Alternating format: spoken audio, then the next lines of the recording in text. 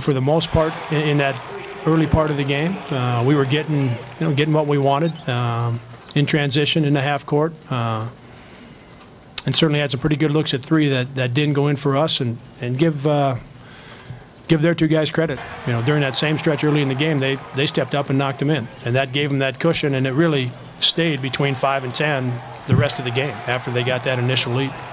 They did. They did some things defensively. That was one of them, and it was evident early, Rick, that was the way that this game was going to get played. They were going to flex out and not allow us to pitch the ball to some shooters in certain areas of the game, whether it be transition or driving the basketball. That they made a real effort to take away a lot of those quick threes that we might get, and that hurt us in some spots. At the same time, Deion was in and around the rim a lot.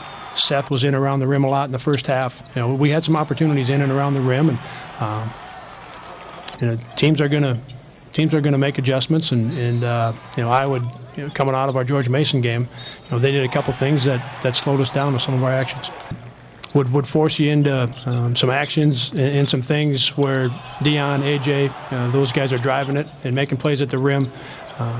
Or we're throwing it inside to Seth, maybe Jake, and those guys are making plays to get a basket for you, as opposed to guys helping a bunch where you're pitching it and shooting shots.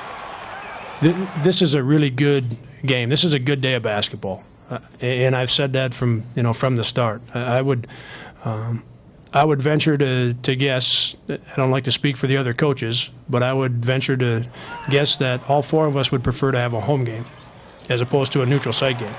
Absolutely, I'd rather play the game in the McLeod Center. There's no question. And but I think Fran would say the same thing, and I think Fred would say the same thing, and I think Mark would say the same thing. Having a home game and being in your old building, that's there's nothing like that. But this is a good day of basketball for the state, and that we'll move forward.